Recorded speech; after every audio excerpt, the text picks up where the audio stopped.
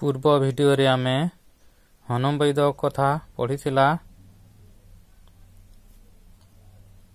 एवं गधिया को ज्वर होइथिबा कथा पढ़ीथिला।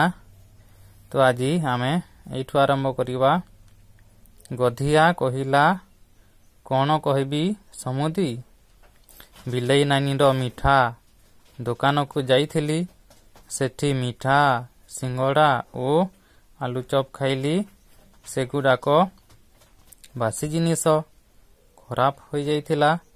बिलेई नानीर सराग देखी मना करि पारिली नाही, खाइदेली सिना।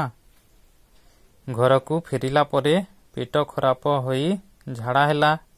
ता परठु तो ज्वर, सेथिरे आगरु थिबा श्वास रोग बाहरी पड़िला। भारी धई सई लागुछि। तापरे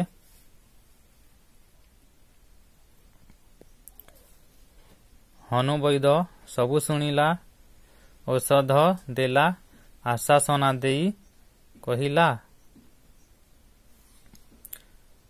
डरना तुमर किछि हेब नाही। हनुर औषधरे गधियार भारी विश्वास। हनुवैद कहिला, समुदी कथाटिकु गंठी पकाई मने रख। खाइबा दरब 50 अढ़ावासी, भण भण करी माछि थिबे बसी।